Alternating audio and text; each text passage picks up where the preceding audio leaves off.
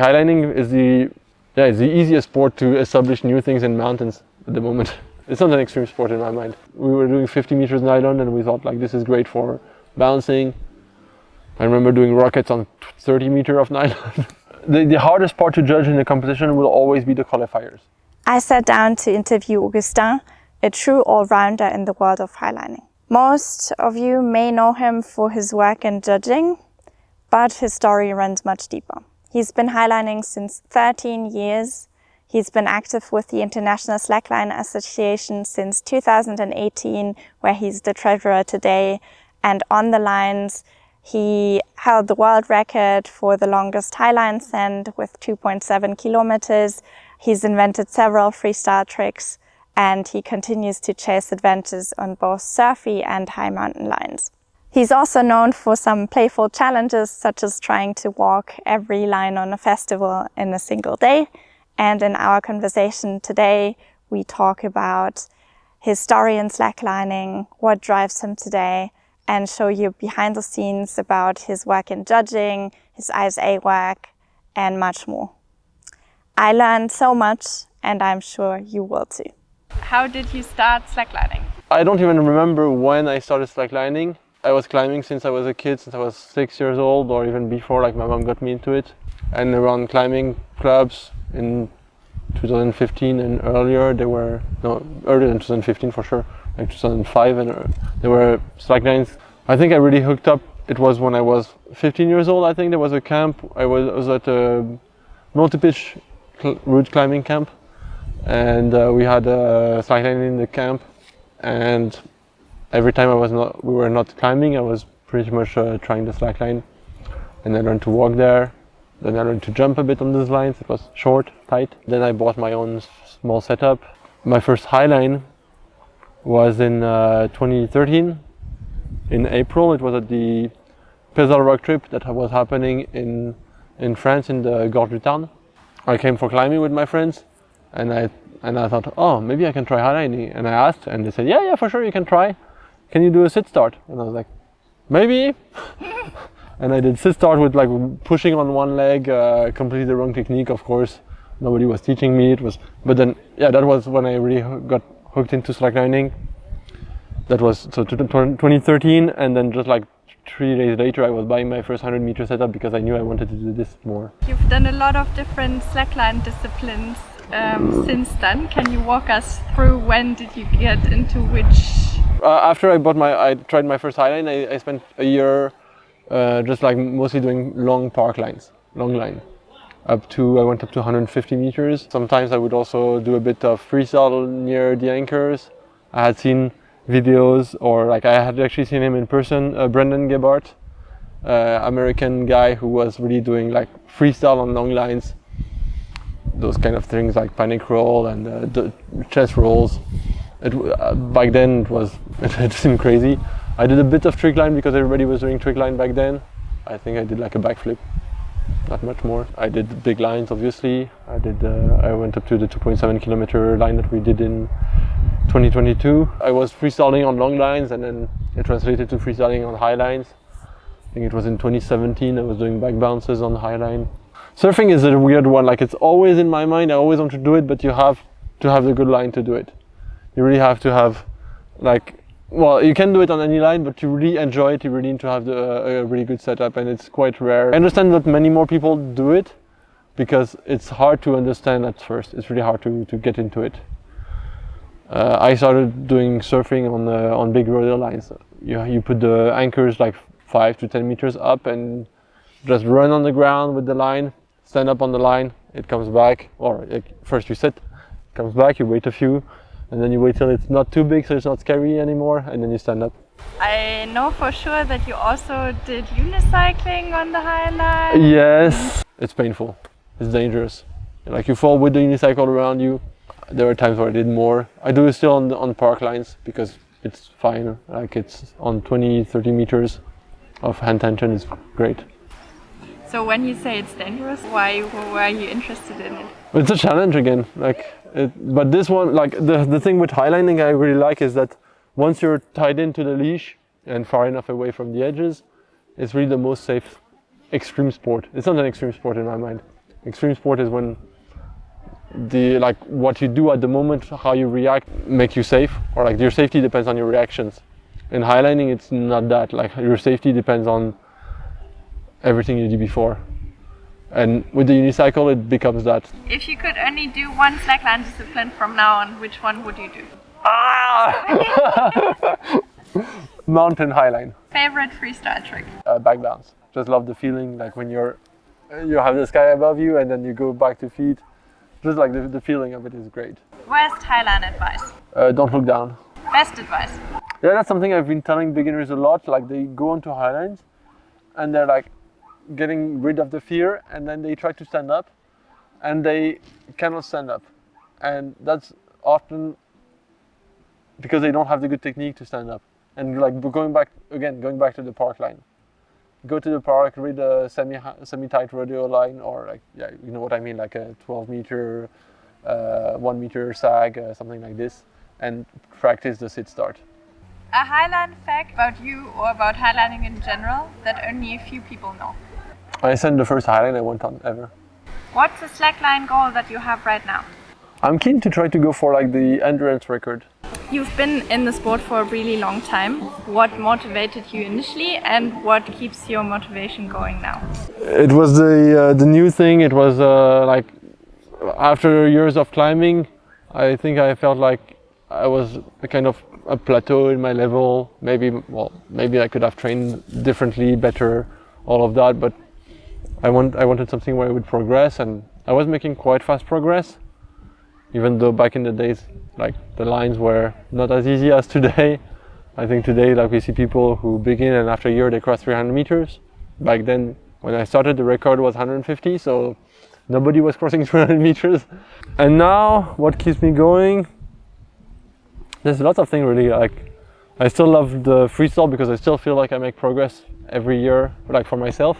I also love like alpine lines and rigging lines in beautiful places. That's like one of my big motivations. And the reason for that, like I saw this recently in a movie. They said that when you go highlining in the mountains, you go to the mountains to do something. And not just to be there, and not just to like climb this route that somebody else established or that you found in a guidebook. And it's like highlining is it's the easiest sport to establish new things in mountains at the moment. If you want to do a new skiing itinerary, you have to take so much risk, and you have to be crazy good at skiing. If you want to do new routes, it's like crazy level. Like everything around where I live in the Alps, everything in Europe has been done pretty much. I think in the Himalayas there are still things to do, but again, you still need to have a crazy high level. In highlining, you can just go with friends on one day, improvisation. Let's go rig a line there, and then we do it. So that I love. And then the third thing is about what I do with the ISA, what I do when I'm judging, organizing comps. Is like it's something where I feel like I bring something great to the community, to the people, to the sport. Just feeling that you're useful, you're doing something that's nice for everybody. That's great, great feeling. And sometimes it's like you do it and there is not much feedback, and some days it's lots of feedback and everybody's like, thank you, it was great, and that's even better. Yeah.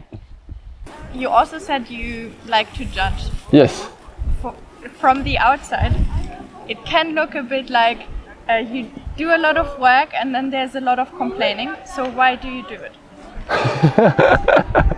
Because I love people complaining to me, and I can just tell them no. Maybe we go into how I got into it. Yeah. The first time I judged was during the Pandemic Open. So I did Pandemic Open 1 as a participant, and I got to the final stages. And then for round 2, that was 6 months later, I believe, I was like, yeah, I can help with the judging. And then I got into this, and I realized like for judging it was like the system was so bad. I really got into like making the system a better system. As I was saying before, I think like it's something where I'm good at doing it, and even though there's complaints, it's still like there's many more. Everybody complains, but also everybody says they're super happy. And when you have many people that are amazing at what they do, telling me I do a great job at judging what they like the competition where I have no idea how fucking hard these tricks are. I'm at the level of like maybe now I could compete in like 2022 now 3 years later, and I would still not get to the finals for sure. Sometimes I feel like I'm judging something that's a too high level for me to really understand, but also I know like I'm more into the conceptual part of it, of designing the system to make the judging work and have like the judging system is really shapes a competition. I think if you make a judging system that values more one thing over the other, you're going to see more of that over the other, and it's actually something I kind of want to. It's like we're shaping the competition, but also we try to go as close as possible to how people do freestyle when they want to do freestyle on their own. So it's still a competition, but it has to be quite close to what people like to do for themselves. So obviously there are different people who like different things. Some people are more into like big flowy combos, and some people are like, I want to learn this trick. And we try to keep everybody happy. It's not always easy. We have we are here in Cirat, we were experimenting a different format, and it was amazing. But it was also like, for some people they would say, I don't think this format is for me. I think this format is too much on the hard tricks, not enough on the combo and the flow, which is understandable. It's good that we tried it, and I think we're going to do it again. Maybe not every competition, we'll see. I'm thinking a lot in advance and about like trying to get everything as smooth as possible so we can be fast in judging and we can be accurate. But then for the actual execution, I really, if it was only me, I couldn't do it. I really like to have people who are maybe less experienced in judging but more experienced in freestyle, and if they're with me judging, I know I can trust them for their feeling on what was happening really, and with the numbers, and it gives a result that's good. As you're one of the most experienced judges, can you take us behind the scenes and tell us how does the competition look from the perspective of a judge? Preparing for a competition is more than half of the work, for me at least, because I like that's when you shape the competition. That's when you make sure everything's going to be smooth. But that's not fun work. But it's really, I think for me, I think it's really interesting. I've always been into like as a kid, I was good at math. I always like playing around with these things and seeing how the numbers you can with numbers you shape the you can describe the world. Like it's part of what I am. Like the tier list is one big thing like this. We had a bunch of tricks, we sorted them into tiers. We're like, this is harder, this is like, well, okay, it's a bit harder, this is a lot harder. And then I asked a few people, okay, if you had to give points for this trick and this trick and that trick, what would you give? And they gave me like a list, and then I made the regression, and I found, okay, well, 1.5 powers fits pretty much what everybody's saying, so we went with that. So that's where it is now. And then we changed the tier list a few times. We're gonna keep changing it. The hardest part to judge in the competition will always be the qualifiers. Qualifying rounds, you have everybody doing like their thing. Or usually when it's like a format like we used in Lax, it's 2 minutes of run. Everybody does 2 minutes of run, you're writing everything down. At the end of the day, you had like, I think in Lax we had like over 30 people, men and women, doing their 2 minutes. You go back to a room with the judges, and we're like, okay, is our scoring accurate? And we spend lots of time rewatching all the videos. We have to be very accurate around the limit of qualification is. So rank 6 to 10, these are the ones we rewatch a lot. So that part is the hardest to judge. And then usually the final phases are a lot easier to judge. You can give the results straight after. It often matches with the feeling that the audience has. Sometimes it doesn't. One big example of that was Taylor versus Louise in Lax. What happened was that Louise started her run with like 1 minute combo, super clean. And then it was like battle, and then in the whatever was after this, Louise did a bit worse, and Taylor was like getting better and better. And at the end, like in the best trick, Taylor landed on Almighty, and Louise, I don't remember exactly what happened, but when we had the results on our paper, we're like, this is weird. Like we feel like Taylor did better, but the thing is that it's not like the feeling is, that's how human brain works. You remember better what was happening at the end. You remember like that it got better, and you feel like, oh, this was better. But when we rewatch the video, we're like, oh yeah, that happened at the beginning. We almost forgot about it. The audience must have forgotten about it, but we were like, it checks out.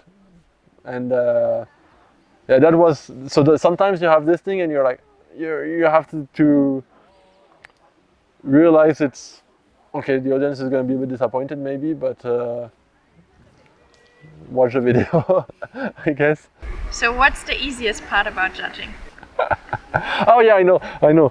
The easiest part about judging is that when you go to an event, you know what you're going to get. If you're an athlete, you have to win to get the prize money. If you're a judge, you already know. What is the hardest part about judging? It's when you're wrong, when you made a mistake.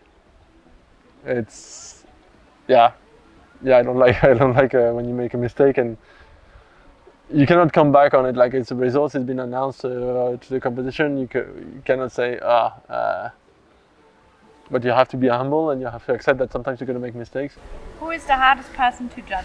What's hard to judge for me sometimes is, okay, I'm friends with pretty much everyone. Like so there's some people I know more than others, but there is no one who I don't like in the freestyle world. But when you have what's hard sometimes to judge, it's like when you have people that you know very well. You know what their plans is for the freestyle competition. I try not to ask too much what the exact plan is, because I don't want. But then I still end up being like, oh wow, is this a bad day for him or for her? And like being disappointed by the performance of the person, but you still have to judge them fairly, and maybe what they did is great, but it's not as good as what they can do. What's one thing that you would like to try in the future? I like to try competing myself. Like getting more and more people into judging. We're every competition pretty much we're trying to get different. I'm trying to work with different people so that more people can know how to judge, get more experience. There are people who judge without having me. Obviously, I'm not the only person who knows, but and then hopefully in the future, like there can be competitions of intermediate level. I'm not going to say I'm going to go to a world championship, but yeah, something where intermediate level where I can compete. I've competed a few times in freestyle, and it's always been great. I love it. You've been in freestyle from the very start? I would say so, almost. Like yeah, I think for many years and maybe even now, like I've never been at top level freestyle, but I've always been like maybe 80% or something a bit below top level. Now it's a bit further. Like now, maybe now I took a bit more. I'm a bit further down, but it's been years where I was like just like doing the tricks from 2 years before, 3 years before. I mean, you've also created. Also created some tricks, but like the easy ones. No, not everybody says they're easy, but like yeah. Obviously, in freestyle, the great thing is everybody can have their own style, and I still think there are lots of tricks that are not that hard that nobody's thought of. Simply, maybe less now, obviously, than 3 years ago, but there are still things that we can do that are not that hard. And if you can be creative, if you can find your own style, you can probably do new things. I think most of the tricks you've created have food-related names. How do you go about naming a trick? So the first trick I created was the hammock roll. I remember being a kid in the hammock in my parents' like in the garden, and just you're in the hammock, you close the hammock and you roll, you know. So that's where the name came from. Just like you're on your back, you grab the line and you roll. And that was 2015 or 2016 maybe. I don't remember exactly. The video is somewhere. It was at a festival in. I have a video from a festival in Marcillac on a waterline, and I remember the guy was like on the boat with the camera. I said, "Hey, watch this! My best trick: back bounce, hammock roll, bam!" Oh! And then I don't think I created much for a while, I did the underflip, which is not food. It's a really an easy one. Like there was flow flip before, and underflip is you do only half of the flow and then you flip the other way. So for the spaghetti, it came from the spaghetti. During the pandemic open, I think Lizzie put something with like spaghetti freestyle. Like the line is a big spaghetti, and we did freestyle, and she's Italian, so she called it spaghetti freestyle. And so I was thinking about this, and I thought, oh, this is the spaghetti roll.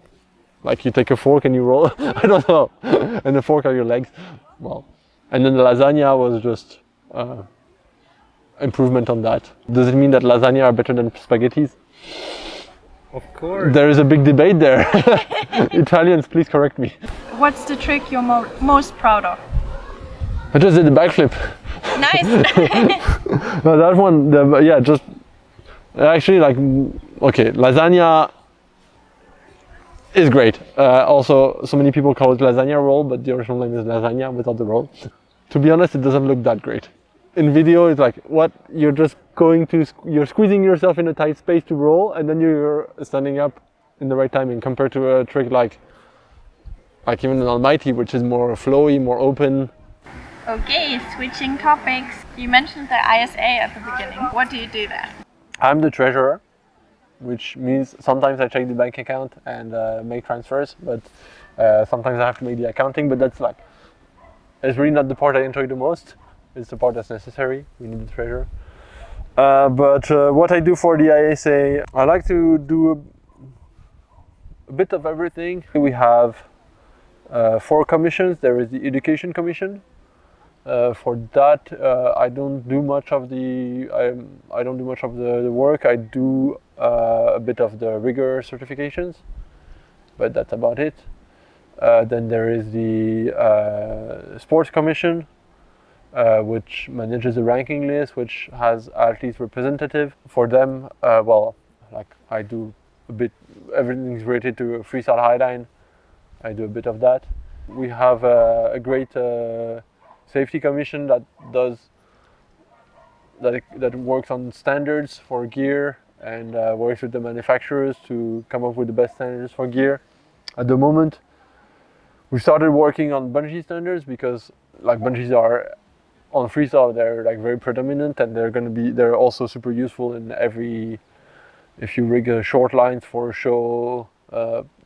And people ask you, oh, is this gear certified? Then it's better if we can certify it. If we certify bungees, we can also have them in world championship competitions. I started actually working with the safety commission before being a treasurer, and now as a treasurer, I'm not officially part of the safety commission, but still the people I work with the most. And then the last commission is the nature and access commission. So everything about how to, it's different in every country. So it's not like they're making something very specific, but it's help for every country everybody who wants or need help to get access, to get better resources to say rigging on trees isn't that bad. We have experience for it, and some cases city parks say, oh, you cannot rig a slackline on a tree, it's going to kill it, but it doesn't. What is one highlight of your work with the ISA? Some people are sending messages to the ISA info at Slackline International, and I received a message, and I'm like, oh yeah, it's just a small task to do some small requests. I reply. So when you reply with your own email address, and oh, it's Augustin. Oh, hello. There's actually not a lot of people really working for the ISA. We're about, I'd say there is maybe 8 to 10 volunteers per commission, plus about 10 in the board, and then we have more people who are helping here and there. But yeah, overall it's for sure less than 50 people who do things on a regular basis. For sure less than 50. So it's pretty small, and it's all over the world. So if you're thinking ISA in Europe, you probably already know the person who's going to do what you ask. So why should people get more involved? Because I think what we do is important. Because if you're after self-recognition, maybe it's not the best place to go. Maybe it's better to do freestyle video on Instagram. When you want to get involved, maybe sometimes it's a bit hard to understand the whole aspect of what's going on with the ISA. There's so many things, like Slack map, the ranking list, all the competition being certified, the rigor certifications, the safety labels, so many things going on, and it's mostly, I said like less than 50, but the people who do the most of the work is like maybe 5. There's maybe 5 people who do most of the work. So when you get at the start, when you want to get involved in it, it seems like it can feel like there's so many things to do and so many projects, and you don't know really which project you can be useful in. And I think the important thing is not to let that discourage you. If you want to like get involved, is like maybe you have a project you want to get involved in, then just go for it. If nobody's telling you what to do exactly, try to do something. Send it to Thomas, or maybe somebody else who's like intermediate and already knows what's going on. But it's always useful to do things, even if you don't really know exactly what is needed exactly. It's a web page where you you can enter different webbings with the stretch, not the stretch code, like just stretch values. You can enter, like you can configure your setup, and then you can create the spot. So everything you can configure everything basically, like the line, the person on the line, where they are on the line, if they are bouncing or not, the connections between main and backup, the different webbings. And then you can simulate a backup fall saying, oh, what happens if this section fails, or if this section fails, or if 3 sections fail at once. It's pretty unlikely, but you never know. And then you can it calculates for you the peak forces and the height of fall, all of that, seeing if you're going to touch the ground. You can also say no section fails. What happens in the leash fall? It gives all these results, and so if you want to, for example, if you're considering to buy webbing and you want to know how long your split sections should be, maybe that can be helpful. If you have a specific spot in mind and you think, oh, is it too low? Maybe it can be helpful. In terms of accuracy, so we've done a few actual backup falls where we measured everything, and then we compared to the results given by the simulator, and it's always the simulator is giving a bad, always the simulator is assuming higher forces and more fall distance. So the reality is usually better than what the simulator says, which yeah, as it should be. So then I was like, oh, okay, then I'm happy that the simulator was online already at least 6 months before we did the test, and when we did the test, it's pretty nice. I'm pretty happy. So yeah, all of that. If you need to get authorization for a spot, if you need to get authorization for a project, you can use it as a saying, yeah, we've calculated everything. Have a look. Yeah. Sometimes it's a bit buggy, the algorithm behind it can get stuck, and then you have to reload the page and maybe change. Sometimes if you just change by half a meter the length of the line, it can just not get stuck in the same thing. So this is pretty bad thing, but the way I built it, I said I built it in basically a month. It's hard to change, to correct that at the moment, and I'm on the process of making a better one where I can really it's gonna have the same calculation in the background, but it's gonna have a better interface. Everything should be better. So that's my next project. What is one thing that is often overlooked with rigging? I think people make things too complicated. People often rig things too complicated. Okay, when you rig on a tree, it's pretty easy. Main backup, yeah, that's easy.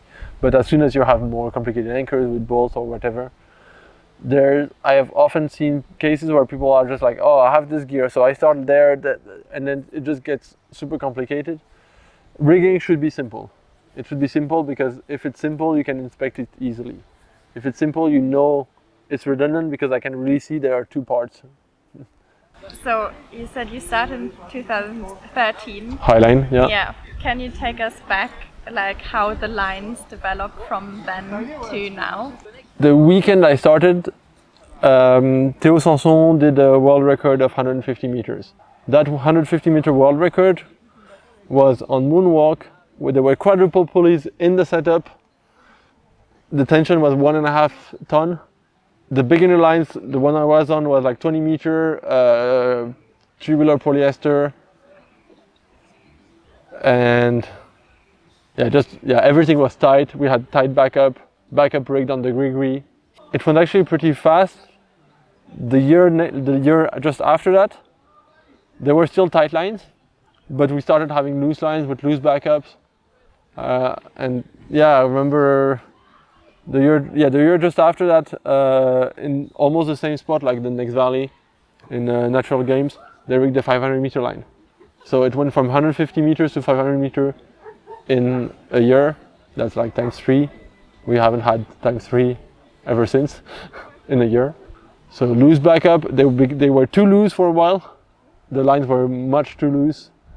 And then when we started getting on longer lines, we realized, oh yeah, if the line is only a 0.5 kilonewton, maybe it's way too steep at the end for way too long. Maybe we need a bit of tension and we can still keep the backup loose. And freestyle, when did freestyle really start? I think 2015, 2016. We knew like nylon 50 meters, where we thought we were doing 50 meters nylon, and we thought like this is great for bouncing. I remember doing rockets on 30 meter of nylon. I think in like 2016 I moved to the UK. I remember like Jed Ayaduan was doing freestyle already. It was like an old school style of freestyle, just Korean two standing. Oh yeah, before that the freestyle was happening, when the lines were still tight, people were doing freestyle like trick line style near the anchor. So you had like, you would maybe send your line and then you would do a butt bounce to finish, 2 feet again. I never did that. What's the craziest line you've been on? The craziest line? Okay, for sure, like the 2.7 kilometer line.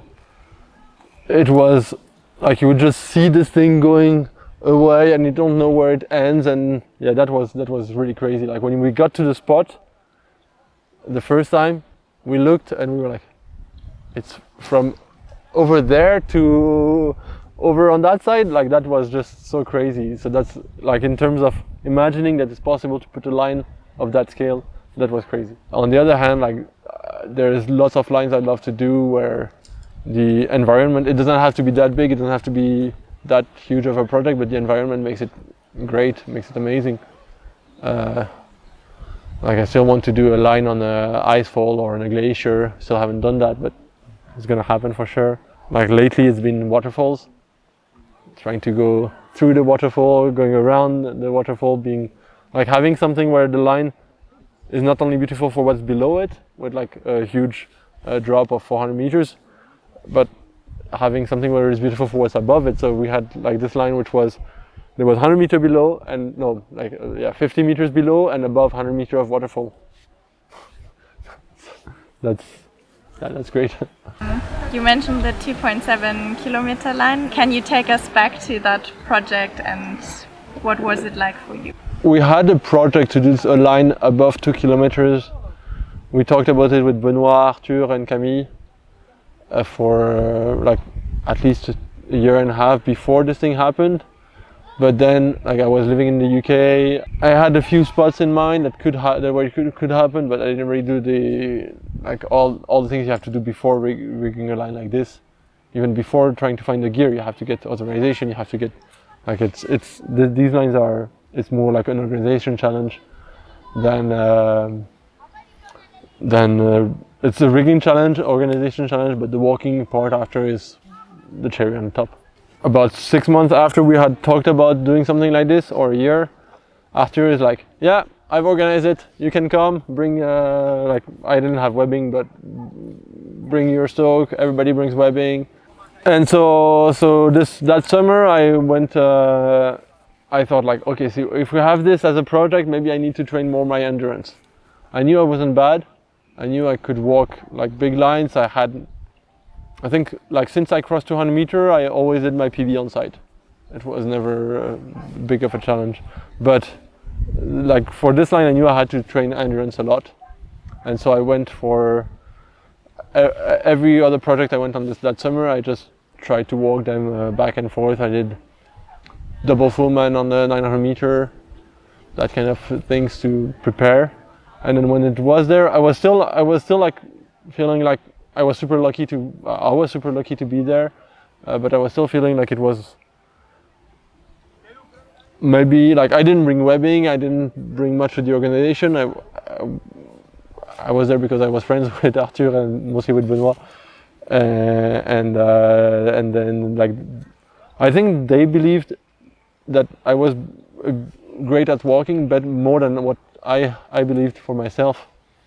For me, it was like, yeah, I walk lines, but I had never done a kilometer. Everybody else that sent that line had done a kilometer before. I had the 900 meters, but not a kilometer. I was surprised when I sent it. I was also I was the first one to send it after there was Arthur first who tried and failed. Like he had to turn back after 300 meters because it was so super hard. He had the bad conditions with the wind. Benoit tried and he crossed 2.5 kilometers before falling. And then the next morning it was me, and it turned out that in the morning the conditions were the best, but we didn't know that before. And I was like, I sent it on day 2 of the project, and I was super happy, but at the same time I was feeling like it wasn't my place to be like the first one, or to be the only one especially was bad. Because during the whole day afterwards, Arthur tried again, other people tried, and there were still like falls. So I was still feeling like this wasn't complete. It was like, I sent it, okay, but please somebody else do it with me. And then the next morning Tanya sends, and then we're like, okay, morning sessions are the best. And after that it was on. Arthur sent it the next day. Then unfortunately there was wind, so we had to de-rig. But after that, when we rigged it again, the motivation was so high because we could rig it again, which was great luck. Like we de-rigged before the bad weather, so the line was perfect state. We can just put it back. And the morning after, like triple send by Benoit, Mia, and Mathis. And then Zeph and Julien also sent later. Okay, we're approaching the last questions. Woo! What influence did slacklining have on your life? That's a big one. I've always been doing sports. I don't think I would have not done sports. I don't think I would have been like just doing completely different things. But maybe I would have done more mountaineering. Maybe I would be a mountain guide. I don't know. Maybe I would have been doing more climbing. I would definitely have been doing more climbing because I kind of stopped climbing because of slacklining. I think it helped me realize like what I want to do with my life. I'm not living off slacklining. The thing I bring most is volunteer work. Being a judge doesn't pay yet. It sometimes pays the travel expenses, not always. I love doing it. I want to have. I don't want to have like. I'm happy with the job I have at the moment, but it's not my life. I want to keep it because it's a job that gives me quite a lot of free time and enough money to do what I want, like projects. Highlining is an expensive hobby, especially if you're into big lines. If you're into freestyle, it's also an expensive hobby, but I think a bit less. If you're in both, and then you pick up paragliding, and then you're into mountaineering as well. Yeah, mountaineering is expensive. I know that I want to shape my life around slacklining. I want to do I want to do the most slacklining I can. And in the past few years, I've also been doing other activities that came from me from slacklining. So through slacklining, I met people who did acro. I started doing a bit of acro yoga. I was like, this is nice, but it's not that great. But then I did into like standing acro, and I really loved that. And then I got into circus, and I do other circus things, like aerials. Maybe in 10 years I won't be doing much freestyle anymore because it would be too hard on the body. I don't know, maybe I'll be doing more standing acro where I can lift light people and that's it. So I think it's with slacklining that I understood that I want to live my life like this, and if I have a job, it doesn't have to be the center of my life. So I actually stopped being in academia because I couldn't be in academia and find a job where I wanted to be living. I think really Slacklining helped me understand that. So I quit academia, moved to Grenoble, and then found a job in Grenoble. What's your wish for the future of the sport? I wish we find a way to make it like easier for beginners, even easier. Like it's getting easier because we know better how to rig or how to. But I want, like, if the sport wants to grow, we cannot just rely on top level. We have to have all the lower level also enjoying things, learning, like better ways of learning and better, easier access to setups that are not dangerous. It feels like we got out of the parks. It feels like we were doing parkline and then sometimes we were doing highline, and now it's only highline and nobody goes to the park. So we get fewer and fewer new people that way. The highline is still growing, but I think if we only keep to the hidden parts or sometimes not hidden, but like if we only keep to places where it's a bit remote, and it's only highlines, it's gonna stagnate at some point. So we have to find a good way to make it like park friendly, and then like having a whole process like this. So I don't know, like in Switzerland they're doing great with that. They have clubs where they do slacklining in the park, slacklining in gyms, and then they go highlining as well. Of course, in Switzerland they also have Thomas Buckingham, so that helps. Yeah, I want to do that. Like maybe that's like maybe a more long-term goal, but like start a slackline club where it's mostly like it's for kids and for other beginners. Maybe university slackline club also. Yeah, that kind of thing is what I wish for the sport. Anything else that you want to add? Thank you, it's been great. It was very complete. I don't know if I need to add anything to this. No? I hope you enjoyed this conversation as much as I did. And if you want to find out more, you can find Augustin on Instagram under @Augustin_Moinat. Or you can also learn more about the ISA if you check out their website, slacklineinternational.org. Let me know in the comments below who I should interview next. And until then,